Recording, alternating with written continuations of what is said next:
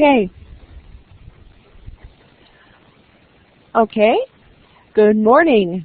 Welcome to the TxVSN Online Learning Conference. We're glad you could join us for our opening session, ACatBirdSeat View. An expert panel discusses effective online school improvement, presented by moderator Raymond Rose, panelists Kay Rogers, Michael Wood, and Anita Burgess. This session will run until 10:30 a.m. Central. I'm your host, Alicia Rackers. Our facilitator is Heather Bonikowski. Our captionist is Michelle Alverson. To view the captions, open to the Window tab at the upper left and select Show Closed Captioning, or use Hot Control F8. Sign language interpretation is provided by Angela of Hired Hands. Please notice the participant window to the left of your screen. Here you'll find the buttons to raise your hand, respond to polling, and use emoticons. The chat window is where you can ask questions during the presentation. Please note that moderators will be able to view all chat comments. Finally, the talk button in the upper left section of your screen can be used if you have a microphone and there is an opportunity to use it during the presentation. It will be blue when your microphone is live. And now I'm going to hand it over to our moderator for the opening session, Raymond Rose. Thank you, Alicia. As a starting point, I'm not the moderator. I'm the provocateur, as you can see in my listing. The goal here is to get people involved, and moderator says you're going to calm things down. Well, I don't want to calm things down. And some of the folks who were at the session last year that I did may remember. I'm going to push things a little bit. But first of all, I'd like to get a sense of who the audience is before I give the panelists even a chance to introduce themselves. So Anita pointed out the tools on the left nav, and one of them there is a hand. So if you would raise your hand if you're in higher education, we can just get a sense of how many higher ed folks might be present.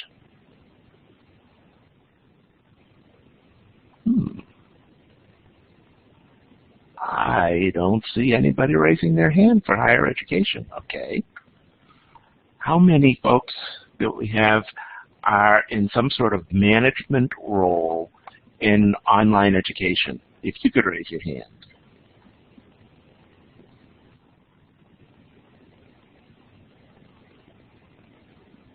Nobody's raising their hand.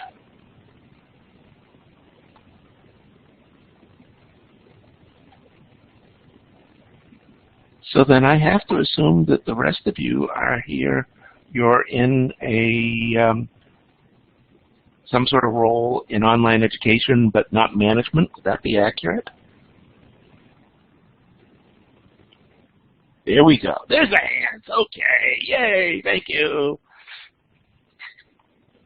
That gives us a sense of some of the folks. Okay. Now, on to the panelists, so you can get a sense of who's here. We're going to go through and have everybody introduce themselves, but they're only going to introduce themselves very briefly. I've told them no more than 3 minutes. Actually, I want them no more than 1 minute. So who you are, the organization, and something unique about you. And since we've got pictures on the screen, then let's start with Anita, and then go to Kay, and then Michael. So Anita, can you just do a quick introduction, who you are, your organization, and one thing that's special about you? Well, thank you, Raymond. I appreciate the chance to visit with you today and this group of folks. I'm with the University of Texas of the Permian Basin in Odessa, Texas. Pardon me, I'm recuperating from a cold. You are blessed to have this meeting virtually. You can't get any germs, so there's another benefit to having it by distance. Something unique about me, I suppose, out here in West Texas, I'm a rock hound. I'm in a good place to be a rock hound. It's interesting sitting and working with a computer all day. By the end of the day, you want to actually feel something that's real and work with your hands. So that's a brief kind of personal view of myself.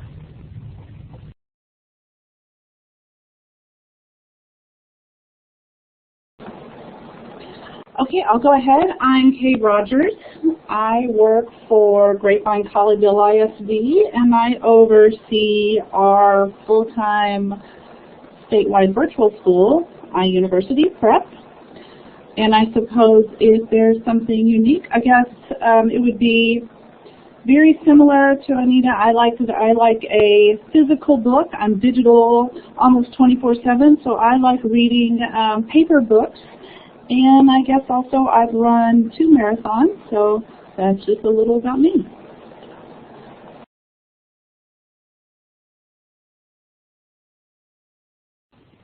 Michael?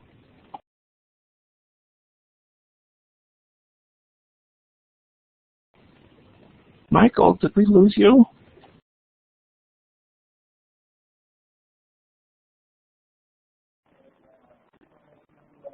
Go push your talk button. Can you hear me now?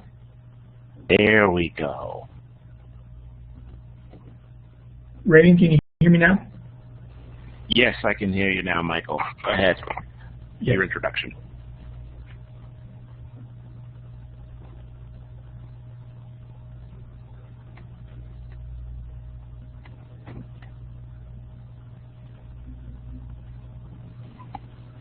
Michael, I can hear you, but maybe you can't hear me. Can you hear me? Can somebody confirm? Okay, good. I have my associate here. She's on the call, so hopefully you can hear me now. I apologize for that. I did not know what happened. My name is Michael Wood. I'm the Director of Virtual Education for Responsive Ed. I oversee and manage virtual programs that include Texas Virtual Academy. This year we'll have actually 2 more schools that will begin virtually. Something unique about me, I guess, is that I've traveled the world and I've lived in Dubai and Qatar and Saudi Arabia. So I've been involved with IB American private schools over there, bringing technology-based education to the Middle East. Cool, thank you. And I apologize, I obviously did miss a couple of people who raised their hand on the thing. I was down at the bottom of the list of participants and the hand raising was being shown at the top. My goal for this is to get the participants to raise questions. I mean, you selected this session, you came in, you probably have some very specific things that you want to know about. And if you just allow me to ask questions, your question may not get asked. So what we would like is for you to use the chat window and to ask the questions. I'll be watching the chat window. Alicia will be watching the chat window. And the goal will be to get as many questions as possible from you to address the things that you're interested in asked and addressed. So to start off with, though, because I don't see a question up there yet, I'm the one that created the title, A View from the CatBirdSeat View. And, you know, the term catbird, I've done a little bit of research on CatBirdSeat thing. And it's, you know, somebody that's up high and has a chance to look at the whole thing. So, Kay, I didn't select you for the for this. Joanne Rowe invited you to be a member of this panel. What do you think? Why are you one of the people in the catbird seat? Okay. Well, I've been in Texas virtual school, I guess it's actually about 10 years in some form or fashion. I've been very lucky to be a part of that. I love being a part of choice, so I've started up 3 different schools, and right now we're running the highest performing virtual school in Texas. So I would imagine that just being a part of a collaboration of a myriad of us that have been a part of that and a lot of teaming, that's why I'm here today. Great, thank you. Michael, why are you in the catbird seat? Well, hopefully, you know, with the experience that I have, the last 20 years, I've started up actually 9 virtual schools. In California, I started 5, here 3, and I've created others in the Middle East. So hopefully with some of the experience that I have and success that we've had with our program in the past, I may be able to help out some of those others that have questions and concerns about virtual education. Cool, thank you. Anita, why are you in the catbird seat here? Okay, well, I'm the director of the REACH Program Center, which is the hub of online education for the University of TxVSN, in short. And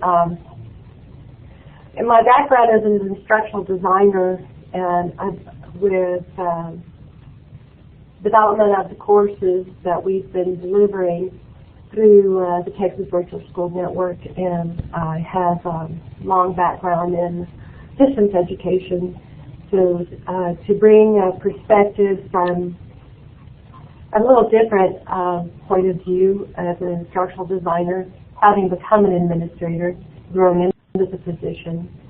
The focus with an instructional design point of view is always with the student and the end user in mind. So I hope I can contribute positively. Thank you. Cool. So, Anita, you actually raised an issue there, talking about coming from instructional design into the administrative role. So, Kay, can you talk a little bit about your background and how you got the director of distance learning? Sure, and I'm gonna agree. I think instructional design is critical, and best practices are a key piece. I have a strong background in that. I have my master's and then also my doctorate, where I ended up with a double major in that, both in instruction and statistics. So my passion is that, because I do believe that instruction guides where our, the beginning with the end in mind, and then quality instructors. But giving the staff the tools to be strong instructors, and that does start with understanding your standards and building those lessons that result in the learning needs of the kids. So I would say I'm here because of my experience I've over the years, and I think it is also surrounding yourself with incredibly gifted people who also have those same values and skills. Michael, you've got 20 years doing this. How did you get started, and what's the background? You know, I was always one of those, the very first that were involved with the internet. Being a biology teacher first, I actually got into the first initial CD-ROM type of dissections. Some of you may actually remember those things, but that was actually the first step into virtual education. And I just got excited about it because you could, reach modalities of learning that you couldn't reach in the brick and mortar necessarily. And with that, sort of the same thing that Kay said is that I was able to get individuals that were having the same mindset as I do. So I hired people, or I do hire people, and then train them about how we do things. But most importantly, they need to be coachable because of how, what we do in the virtual world. So I think what I've done and how I've been successful, obviously it's not a one-man show. It's getting to individuals that hopefully know more than you do about certain things and can relate the brick and mortar and simply walk the halls in a virtual setting just like you would in a brick and mortar and bring that to the forefront. So I think that's critical. Okay, Michael, you talked about training your faculty. When you hire somebody, have they already got some knowledge of online education? If not, what sort of training, professional development do you give them, and where do you recruit your teachers from? What we found is that it takes multiple ways to find teachers because obviously, although virtual education has been around for a while now, the number of individuals that actually have experience in the virtual world that we want to present anyways is very few and far between. So, we have to, I found myself actually posting advertisements out there and then wording things differently to capture the right people because sometimes individuals may be afraid to approach a virtual setting because they don't feel they have the qualifications. So, we've really honed in on specifically finding ways to capture great individuals. Just as even as we've done here at Responsive Ed, I have a dean of education, and without we actually telling that the dean, we wouldn't have never found that individual because the associate director in the virtual world doesn't really capture the curriculum expertise that we need. So it's really being imaginative and being creative on our own end in order to find the right people. And then what we do is obviously using platforms like Blackboard is train individuals specifically on the platforms that we work with, but we have to ask them questions specifically to know if they have those qualifications and ability levels. So it's a kind of hit and miss, and it's very interesting. We have a great time interviewing and finding great people, but it's not a simple way to hire people at all. Good, thank you. Kay, you mentioned standards, and that you hire people and then they have to be familiar with your standards. So would you talk a little bit both about your, sort of the same question, where you find the people, the professional development, but add that element of standards in there? Sure. I think that finding the right person is critical. It is my overarching procedure. I hire people who are already experts in their craft. So I think that having the bricks and mortar experience is really critical to really dig into the standards, understand best practices, and really finding those people that are really ready for that next step in their career. So at least 3 to 5 years of bricks and mortar experience is very important to me. So that gives them, again, that background of the standards. So when they come in, then I take them to the next step, and we work on the professional development to transition those best practices to the online setting.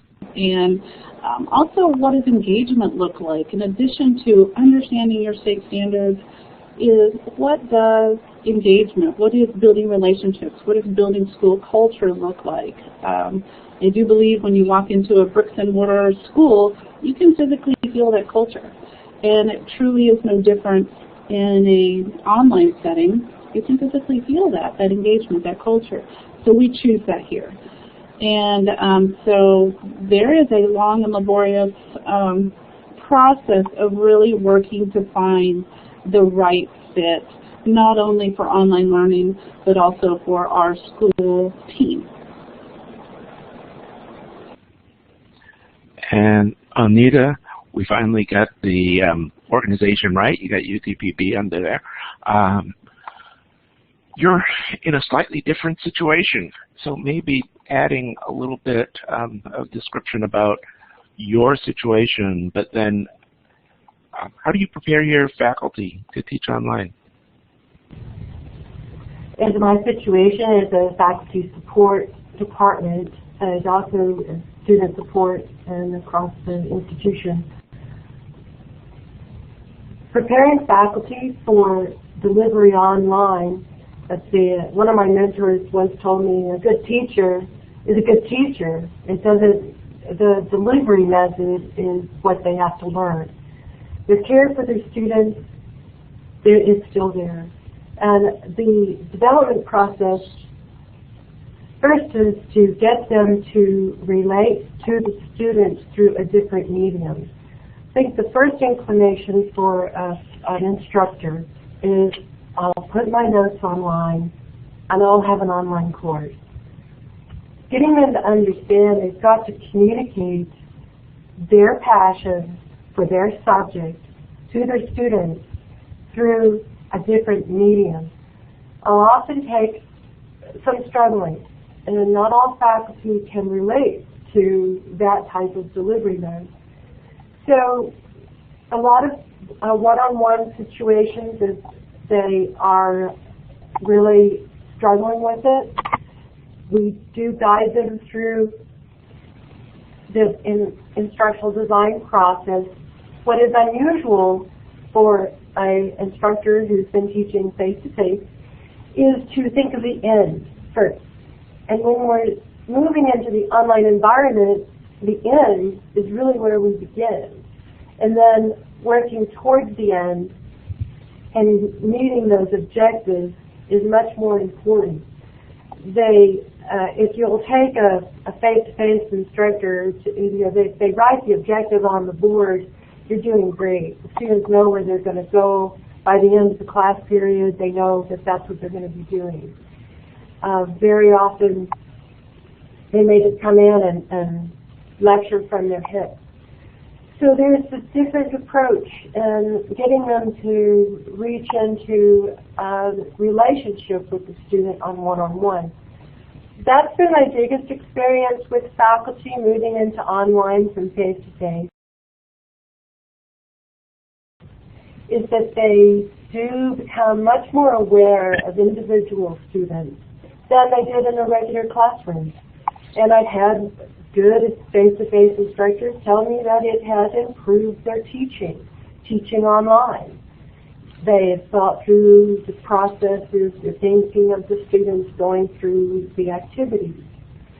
So this is the success, the instructor actually coming through the content into the students, so that they can be successful and that they feel the presence of a caring faculty person. And that escalates not only from a classroom, a course setting, but also through a program. So from the development process, that's going from the real rough situation. Possibly, I have them come through and they have never taught in a classroom. Now I'm getting a new breed, or a new generation of instructors who are very comfortable with online presence because they've experienced online courses. They're comfortable with social media. So the teaching in the brick and mortar is actually becoming, we're kind of morphing out of that. Cool. There's a question that's come up about the class size. So can each of you just respond across in terms of what your typical class size is? And let's start with Anita and then go to Kay and then Michael.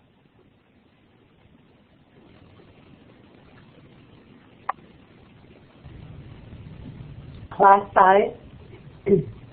Studies of design. Yeah, what's your typical class size? For optimal class courses. at 25 to 30 for undergraduate courses. I'm not quite sure of where we are on K through 12. Graduate courses tend to be smaller. For scalability and for cost reasons, the university and other institutions have investigated what would be the use of academic coaching, which are bringing in a tiered approach so that the instructor will manage a group of academic coaches with the ratio of students to the coaches at the 25 to 30 to 1. This allows some scalability for the courses beyond the low range. For instance, we may have a class of 60 students, but there would be 2 academic coaches plus an instructor. Now, this is a novel approach that's taken primarily in upper level online courses, which is junior and senior. I am seeing it become more prevalent for courses that are in high demand. The graduate level, if there are 30 students in a course, you have a crowd. And so then we implement academic coaches much earlier than the 60 students. The interactions, those that are the discussion boards, that's where the academic coaches thrive with the interaction with the students on a one-on-one. The faculty are involved in the oversight of those interactions, and then of course the assessment and the projects and so forth. There are some unique programs that are utilizing this, sort of accelerated programs where they are shortened 8-week sessions. And at this time, I'm not quite certain that that is prevalent in the K through 12. So I will pass that question off to my seniors. Okay. Okay. Yeah, so for us, it also depends on the level, the grade level, and we are 4 through 12.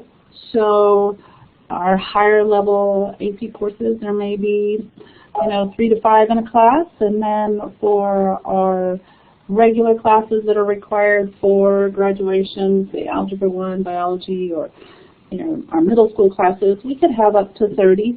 I do keep them low for students and teachers to have that relationship and build that collaboration. So that's in our synchronous scheduled times, and then there are a myriad of small group one-on-one times throughout the week that students even have smaller groups. And this is similar to us. We try to stick to the 30 to 1 in our ratios as far as teacher to student in the major subject areas of our courses. And then electives can be a little bit different, but as far as our direct instruction piece, which is a little bit different when you have the Blackboard sessions and live sessions, we invite more because we find that we can reach more students that have availability. So we try to be flexible in our way to approach direct instruction. And then the caseloads of teachers obviously stay within the ratios as far as managing them. We do the same with our special needs population as well. So, Michael, are your teachers full-time with your program? And if so, then how many courses would they be teaching? So what would their load Our caseload or our course load for a regular teacher as far as would be similar to what's in a brick and mortar. We try to limit the number of different classes they teach. So preps, that's always a concern when you have a teacher. But really in the virtual world, it becomes very interesting because you have some teachers that can manage and be a very good multitasker and have many different preps, but then have less students. What we do is try to manage that, obviously similar to essentially like a comprehensive brick and mortar 3 through 12th grade. That's our ideal approach about how we instruct students, because we feel that although there is some, we can get into the debate of whether or not it's about the numbers and the ratios. However, I feel and have had success based upon accurate ratios with teachers, because it's about building the relationships with the students, and that's first and foremost with the population that we serve, because we do not have self-directed learners. About 10% of our students are those. I would say about the 85% of the others are at-risk populations. So we have found ways to be successful and continue to be more successful. Each year we look at our data weekly and monitor that, and hopefully, begin to improve even every year. And so I think the ratios are critical at being low in the virtual setting. Okay, same question. What's your teacher load, assuming you have full-time teachers? Yes, all of our teachers are full-time to a university prep. They are hired by, I hire all of them through Grapevine Colleyville ISD, so they are GCISD employees. So they go through the virtual training that is ongoing with me, but then they also go through anything else that our bricks and mortar campuses would go through. So it's a definite perk to have that great collaboration. Our teachers in the virtual setting, their number of kiddos will look similar to what we would expect in any of our schools in our district. Our preps are just based on looking at our actual class load for that teacher. What are the courses that they're teaching, the level, and also are they assessed courses? So, we do not have teachers that would be typical in a bricks and mortar setting that teach, regular biology all day long every day. So that we don't. So there is preps. Teachers will have a few more preps than traditional in a bricks and mortar setting, but their student load is very similar or lower.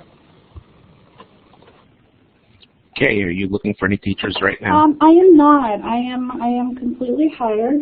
I hire everyone early because I start training them in July. So we usually have a line. So I'm good, but keep an eye out for next year on our HR page. Cool. Okay, Anita, there's been some discussion on the chat about the instructors and coaches. Can you elaborate a little bit about that? And my question is there separate training for coaches? Well, I'll start with your question. Yes, there is separate training for the coaches, because it's kind of like being a tutor. If you're going to tutor a subject, you don't want to give the students the answers. So it's similar in a coaching situation. You have to coach the students to think for themselves on how to address whatever they may have questions on. So the use of academic coaches is actually at this time is through a third party. And we have very clear communications between that company and the faculty regarding their expectations from the academic coaches. And what has happened in the past, and this alludes to an instructional team approach, which was posted on the chat. It does become a team, and we found that the instructors will use the same academic coaches over and over again. So they build their own understanding of the content and the relationship with the students. So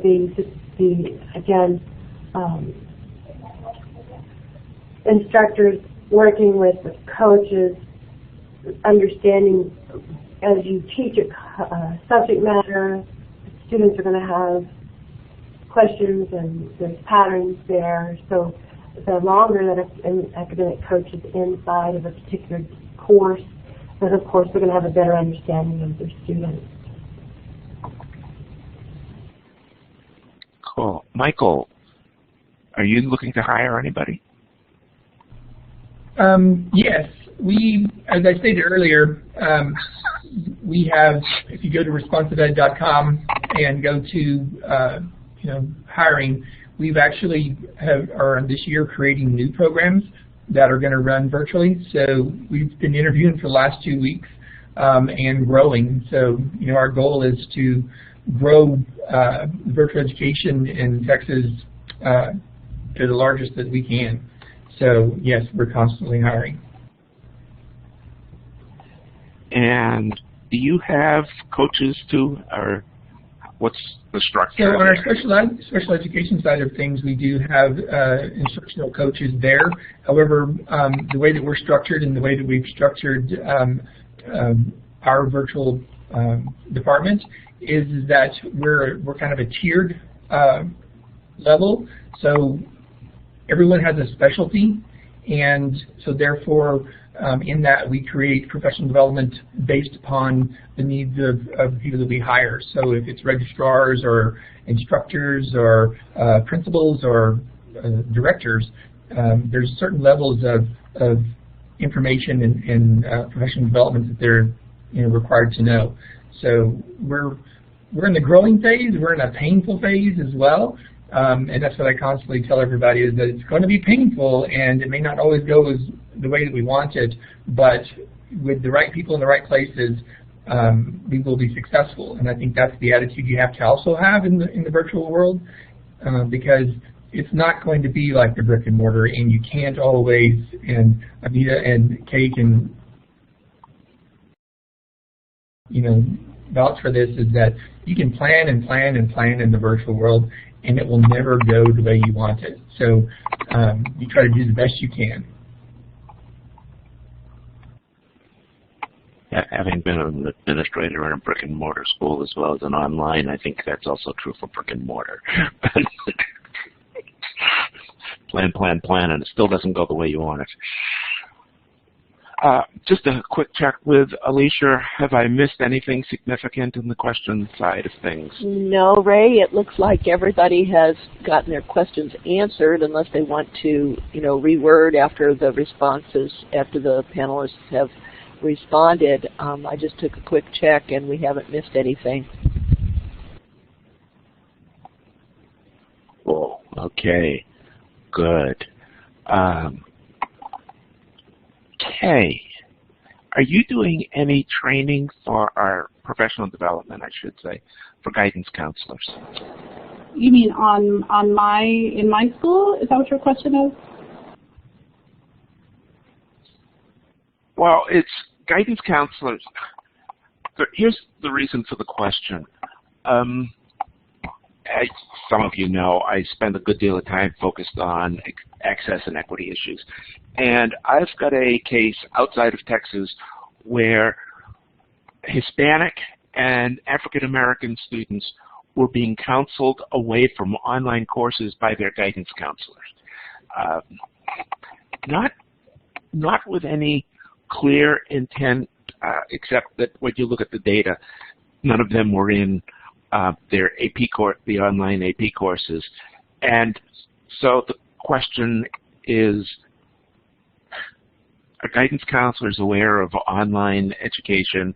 Do they understand what it is so that they're counseling students correctly? So that's why I'm asking the question. I can give you my best answer, because I can answer for, we're a full-time school, so I'm not counseling kids into virtual. We do an enrollment conference, and so we do have many discussions with those that come to us.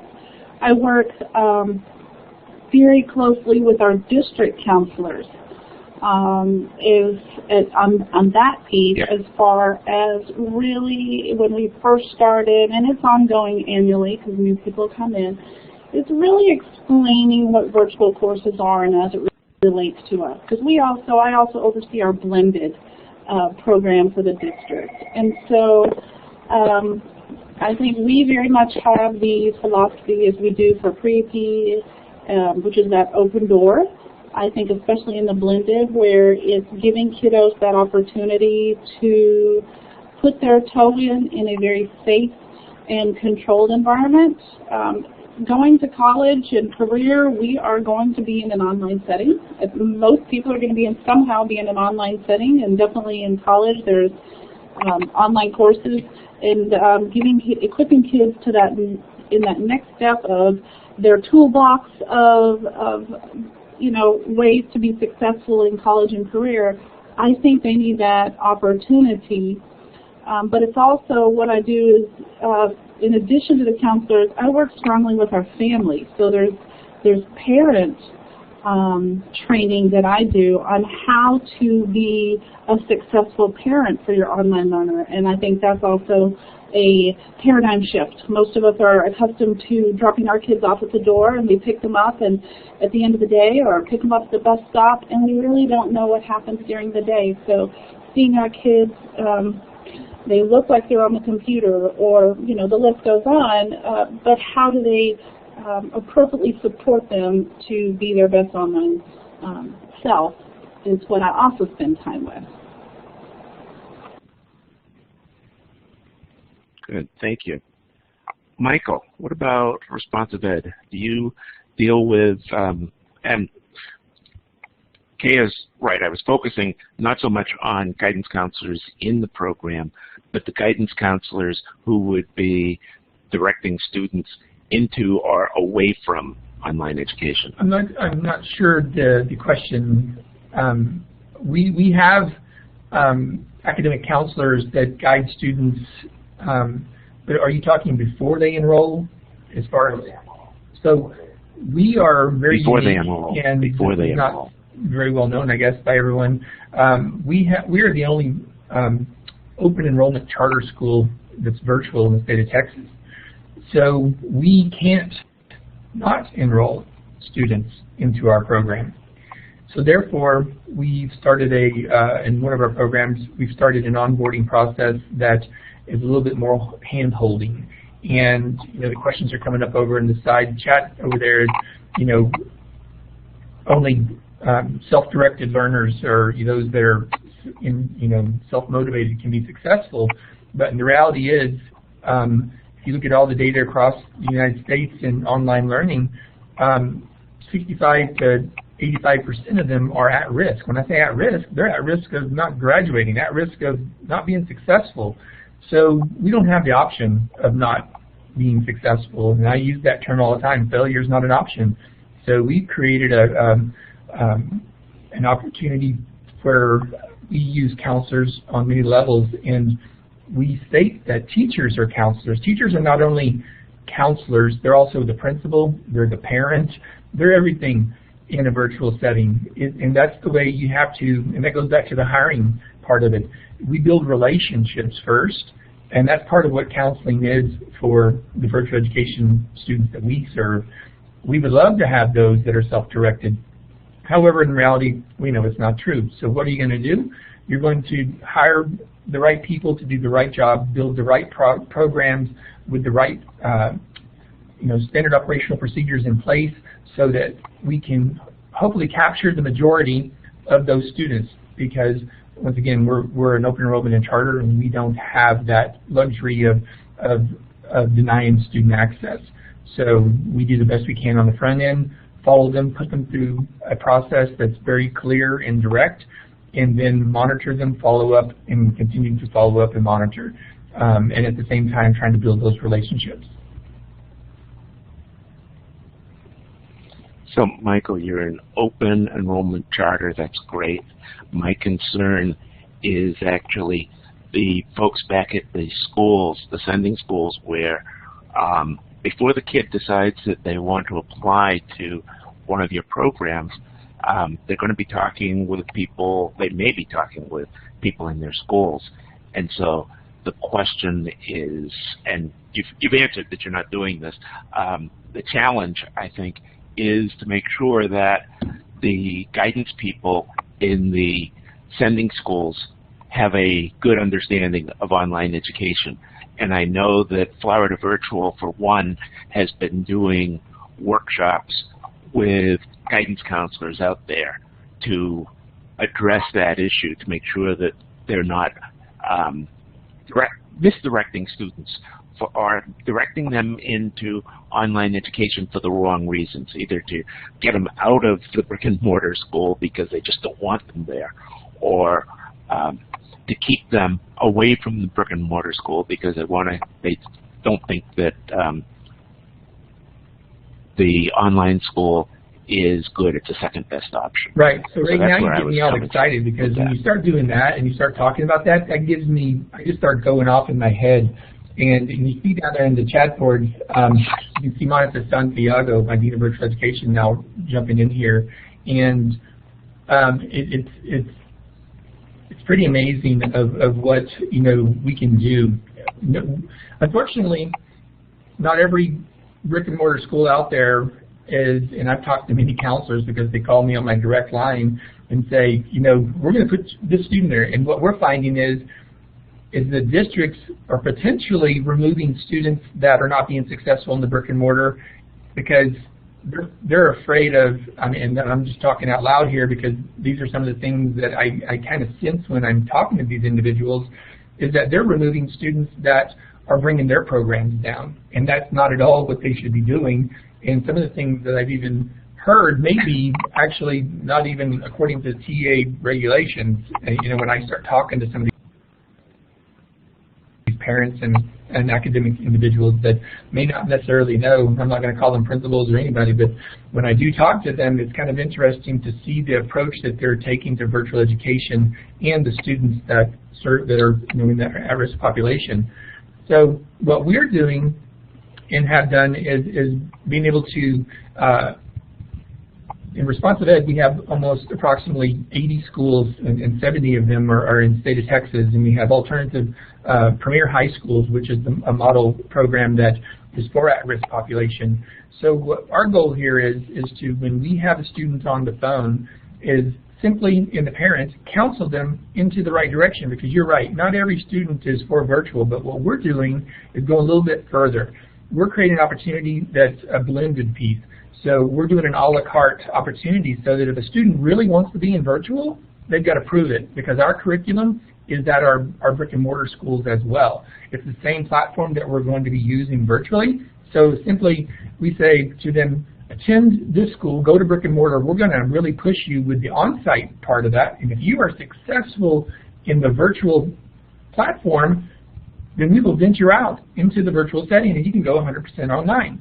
Otherwise, you have to attend one of our other programs and go this route. So although we are an open enrollment charter, that's exactly it. We have virtual options, we have brick and mortar options, we have hybrid options. So that's really what education is all about now. And so we also have to know the population that we're serving.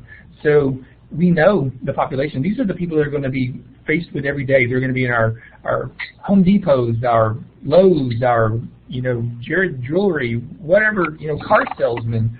These are the types of population of students that we are going to be serving. So we have to change society in a way that, so that we can be successful, basically. And that's what we're doing. We're building relationships first, and then approaching education in a way that's fundamentally sound using best practices. Cool. Kay or Anita, do you want to get in on this conversation? Michael has been very well spoken on the matter. I just wanted to address that there, again, the wide acceptance of online education, while it is unfortunate that at-risk students may be turned away from there, the biggest challenge is to the schools to meet those that are at risk. But I think the biggest myth that needs to be dispelled is that online is easy. So if that's their motivation for directing the students to the online, that's unfortunate, because they often will be challenged more in an online environment than they were in a face-to-face, because there's no way to get away from what you're responsible for in that course, is in the classroom environment where you can just show up and you're there. Then the situation for guidance counselors, we do have a virtual program. I should say it's an online blended program for guidance counselors, and the key component is the training in how to deal with diversity, whatever the diversity may be. It may be special needs, it could be all of your unique situations. what I see as the future is more personalized learning. And until we get to the point where the learning management systems or the building of the systems can guide the students through their personal learning, the infrastructure that's built around it, as Michael is talking about, is key. From the people who are in the field and talking to the students to direct them into the courses, to the instructors, to the whole piece for the student success. That's what we have as our tools now. You're getting some love on the chat window, Anita. Kay, did you want to jump in? You know, I don't think it's necessarily something that hasn't been either touched on or I've said, but I think that as far as the counseling piece, I think that as far as Texas and schools statewide, as far as their understanding and maybe comfort with online classes, whether it's a full-time or in the course catalog, I think it would be fair to say we probably have a little work to do on that to do it well. I think the big underlying piece has to be is an understanding of the program, and then also looking at the best interest of that child. And that happens at that home campus. And so that is a struggle because I think a lot of counselors have a lot on their plate. So it's one more, and sometimes they don't know all their kids that they're going to be sending to other options. And they're looking at choice for those kids. And so I do think there's some work we can do there. But as far as once they're here, we have a mantra that, you know, once they're in our school, they're ours. And so we do whatever it takes to help them be successful academically, building that relationship and making sure that they stay with us and move forward, because we're not in the business of kiddos failing out. We're in the business of helping kids learn and be successful. So Heather asked a question about retention, and I'm going to just pick up a little bit on that. Initially, in going back 20 years when we started the virtual education stuff, there were programs that had a problem with retention, and that they were getting reports of 50% retention, and people were struggling with that. Most of the programs figured out how to address those issues. So I do not hear a lot of high numbers for dropouts in online in K-12. I would say that there are still some issues in some programs in higher ed, and in most of the cases when I look at those issues and look at the programs, it's an issue of program design, it's an issue of improper pedagogy, taking a face-to-face pedagogy and trying to apply it to an online situation, moving in that direction. And so, yes, there is an impression that online courses have more serious problems than face-to-face. That's not necessarily the reality, and a lot of it is based on old data. So if anybody else wants to respond, I'll let you guys come in on that one. I responded in the chat that has always been an issue because that easiness factor. However, the level of the quality of the programs, you're correct. If all of the pieces are in place in the perfect world, then the retentions are good. And as I think I just saw one of our numbers fly across my emails today, we do measure our success by those retentions. And there are our keepers. We always feel that when we have those students that has withdrawn or has left, if it's other than personal reasons, then that is something that we need to go back in and look at how we can improve. As it was mentioned before, you can set your goals, and you're always striving for those goals. And that's the big thing, is to take a mirror and look at year, look at what's going on and to address those. So the first step is seeing what needs to be corrected for the benefit of those students.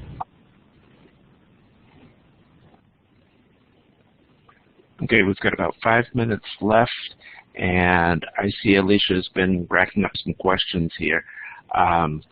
So we've got a question regarding training of peer tutors.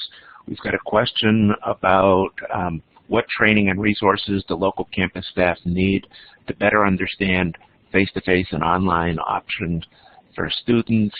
And there's a question, I guess a series of questions about online teacher training and what sort of professional development you do.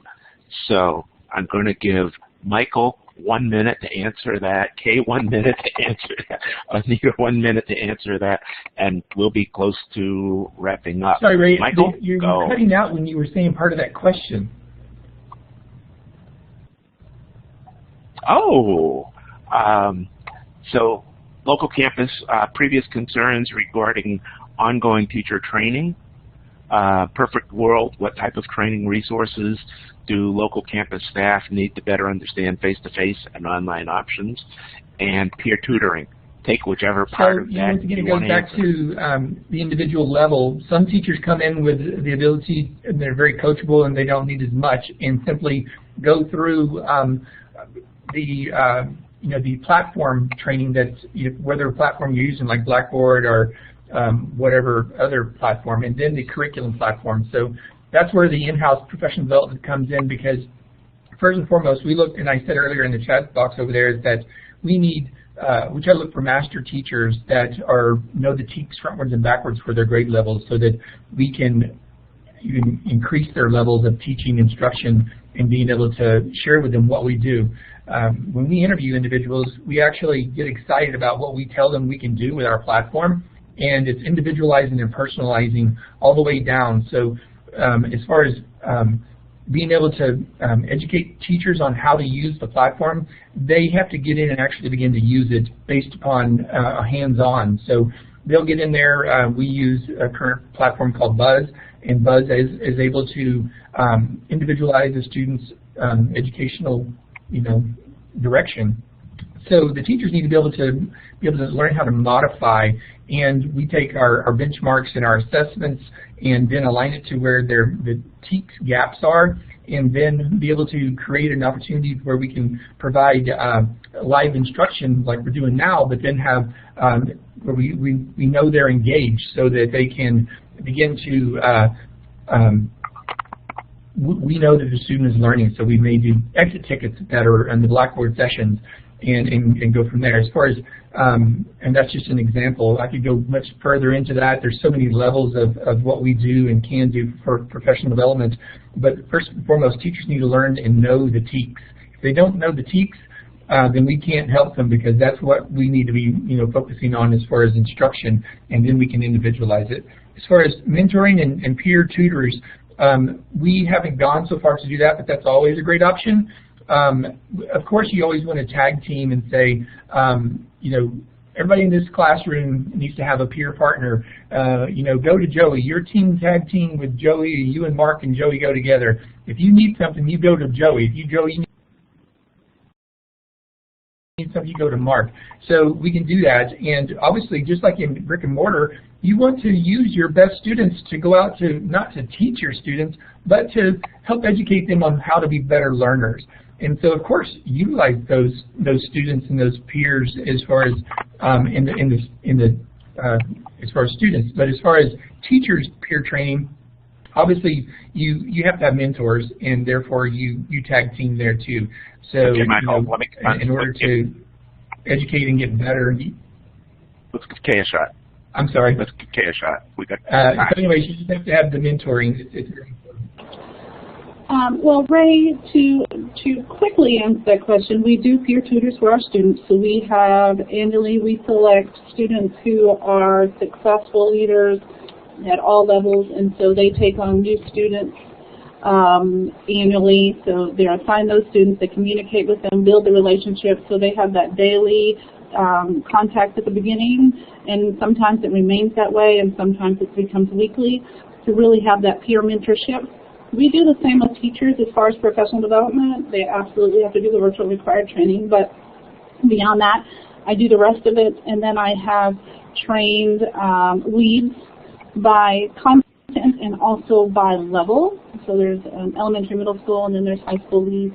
And then really we focus on scaffolding this learning process for teachers, no different than we do kids. Master teachers were great, but this is a brand new, it's that first year all over, except they know what excellence looks like, and it's a very daunting task. So we have a scaffolded professional development and mentors for teachers, and that was my minute. Anita, according to my clock, we're at 10:30. You got 1 minute, so all right, I'll you don't hand it get back. I always want to look at how we can improve, and I'm thinking that it would be very beneficial to build professional development for support staff to address a local staff assistance issue and the high campus turnover that was mentioned. And if they're going to be advising students to go into the online environment, they need to have a touch with it. It might be a real quick something that we could put together as a resource out to the schools and see if it could actually assist with some of these problems. Cool, thank you. Alicia, I think I have to turn it back to you. Yes, it looks like we're out of time. Thank you for attending this session, and thank you, Ray and Kay and Onita and Michael, for the great panel discussion. That was really enlightening. To receive your continuing professional education credits for attending this session, fill out the survey posted on the conference homepage, and your CPE certificates will be emailed to you within 2 weeks. To access the recording of this session, please visit the Conference tab on the conference homepage and click on View Recorded Sessions. Transcripts of each session will be posted there as well. The next session will be at 11 o'clock a.m. Central, entitled Creating Accessible Word and PDF Documents. Thank you for attending the Texas Virtual School Network Online Learning Conference, and we hope you join us for next year's conference scheduled for June 21st to 23rd, 2017. Thank you again. And thank you to the panelists. You did a great job.